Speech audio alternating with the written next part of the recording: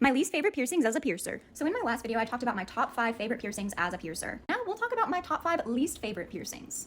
I do want to disclose this is just my personal opinion, and I don't hate performing any of the piercings I'm about to list. As long as a piercing is safe and conducive for the client and it makes the client happy, I am happy to do it for you. Again, these are in no particular order, so we'll just go down the line. The first one on the list is going to be a twofer. It's going to include the Monroe and the Madonna piercing. These are both piercings of the side of the upper lip, just existing on opposing sides.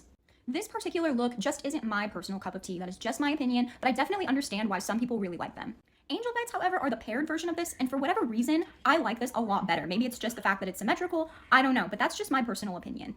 Next on the list is kind of another twofer. It's going to include back dermals and hip dermals, just because these two areas can be similarly prone to rejection because they are such high movement areas. The only thing that really puts these on the list is just how prone to rejection they are.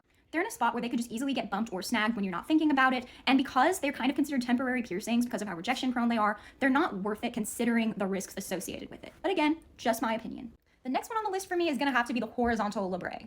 Many piercers don't even bother performing these just because of how prone to rejection these are. That, on top of the fact that I'm just not a huge fan of the look, is why these are one of my least favorites. And then we have the surface tragus, which unfortunately is kind of the same reason I dislike the other ones. It's very prone to rejection, and the ratio for like how cute it is versus how prone to rejection it is just isn't good enough for me to love it, if that makes any sense. I do think they can be really cute, and I get why people like them, but they're just not worth it in my opinion. And then last on the list, we have mantis piercings. I know this will be a controversial one. Please don't hate me for this.